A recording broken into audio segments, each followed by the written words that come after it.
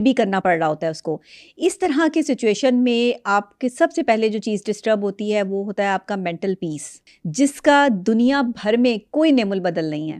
ذہنی سکون برباد ہو جاتا ہے انسان کا جب وہ کسی ایسے شخص کے ساتھ چل رہا ہوتا ہے جسے وہ پسند ہی نہیں کرتا, جس کے ساتھ اس کی کوئی فیلنگز ہی نہیں ہے, جس کے ساتھ کوئی اٹیچمنٹ ہی نہیں ہے, لیکن مجبوری نے جو ہے یا حالات نے اس کو جو ہے مجبور کر دیا ہے کہ بھئی تم نے اس شخص کے ساتھ کام بھی کرنا ہے, تم نے اس شخص کے ساتھ جو ہے وہ چلنا بھی ہے, تم نے اس شخص کے ساتھ جو ہے وہ اپنا تعلق بھی رکھنا ہے. بہت مشکل کام ہے. اور یہاں پر آ کر بڑے بڑے لوگ جو ہے وہ سوچنے پہ مجبور ہو جاتے ہیں کہ ہم کیسے چلیں. اچھا, 3 چیزوں کا خیال رکھیں.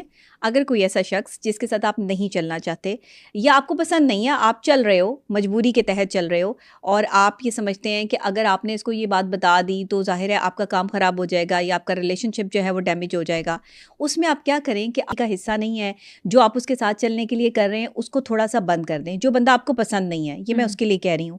یہ پہلے میرے پوائنٹ کو جو ہے وہ تم نے بھی سنی ہوگی, بڑی عام کہاوت ہے, تم نے بھی سنی ہوگی, بڑی عام کہاوت ہے, انجام کا ہو خطرہ آغاز بدل ڈالو. یہ باتیں پہلے سوچتے ہیں. کیا بات ہے, کیا بات. یہ باتیں پہلے سوچی جاتی ہیں. اور جو راز نہ رکھ پائے وہ ہم راز بدل ڈالو. یعنی وہ شخص آپ کی ناپسندیدگی کی وجہ کسی وجہ سے بنا ہے.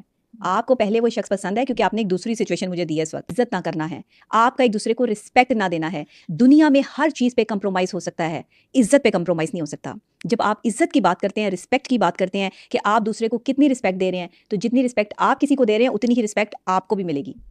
ہاں, یہ دنیا جو ہے نا 2 محبت کرنے والوں کو ساتھ رہنے نہیں دیتی. جب 2 محبت کرنے والے ایک ساتھ رہنے کی کوشش کرتے ہیں نا, تو بہت سے تیر جو ہیں وہ آپ کی سمت آتے ہیں, جس میں سے جو ہے وہ بیڈ بیہیویئرز بھی ہوتے ہیں اور لوگوں کے وار بھی ہوتے ہیں مختلف قسم کے, کہ آپ کو اللہ تعالیٰ انسانوں سے ہی ہوتی ہیں. اکثر اوقات انسانوں کو چوز کرنے میں, ان کو جو ہے وہ اپنی زندگی میں شامل کرنے میں جو لوگوں سے غلطیاں ہوتی ہیں نا, یہ دنیا کی بہت بڑی غلطی ہے.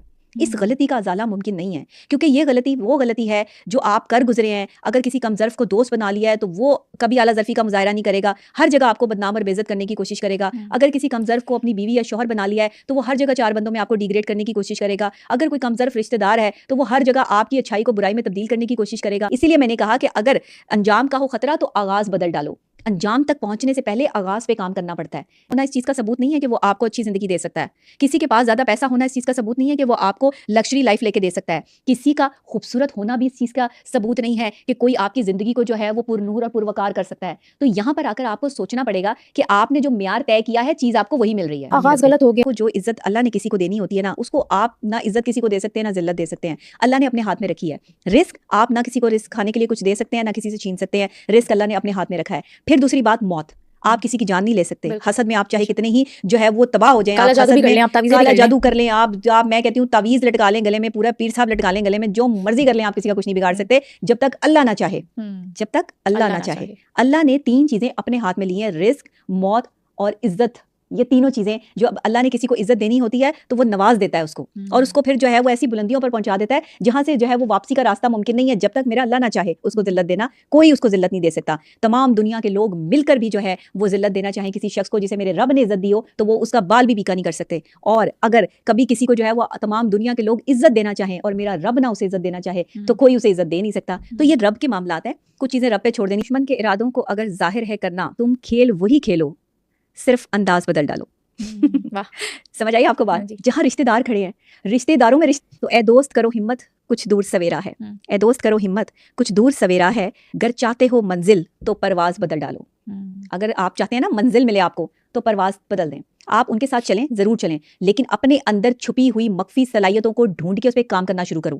رلائے مرغان دین کی بات کروں, پیران پیر دستگیر انبیاء اولیاء کرام کی بات کروں, یا اپنے طرز زندگی کی بات کروں کہ میں ان کو فالو کرتی ہوں یا ان کی طرز پر چلنے کی میں تو خاکسار ہوں, گناہگار ہوں, میری اتنی اوقات نہیں ہے, لیکن اگر میں ان کی باتوں میں سے کچھ باتیں اپنی پرسنالٹی میں لینے کی کوشش کرتی ہوں یا ایڈ آن کرتی ہوں, تو وہ کیا تھی کہ حضرت داتا گنج بخش علی حجویری رحمۃ اللہ علیہ, ایک بڑی ہستی, بزرگ ہستی, جو کہ میں ان کو کہتی ہوں کہ لاہور کے گورنر جنرل ہیں وہ, اور لاہور جو ہے وہ داتا کی نگری کے نام سے جو ہے وہ جانا جاتا ہے. تو آپ یہ دیکھیں کہ وہ جو کماتے تھے کھڑے ہو کے لوگوں میں بانٹ دیتے تھے, اگلے دن کی فکر نہیں ہوتی تھی. اور جتنے اولیاء اللہ گزرے ہیں انہیں اپنے خزانے بھرنے کی فکر نہیں تھی, انہیں لوگوں کو جو ہے وہ بانٹ دیتے تھے. اگر میں یہ سوچوں تو جو لوگ دوسروں پہ انویسٹ کر رہے ہیں وہ آپ کو ان کے نصیب کا مل رہا ہے تو آپ ان پہ انویسٹ کر رہے ہو, آپ کی کوئی حیثیت نہیں ہے.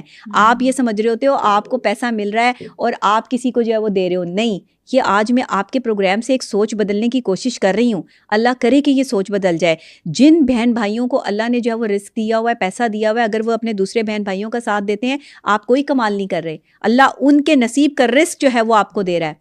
آپ کا مقام بڑا ہو رہا ہے, اللہ آپ کو مقام دے رہا ہے, آپ کو سربراہ بنا دیا, جیسے گھر کا بڑا جو ہے وہ بیٹا یا بیٹی جو ہے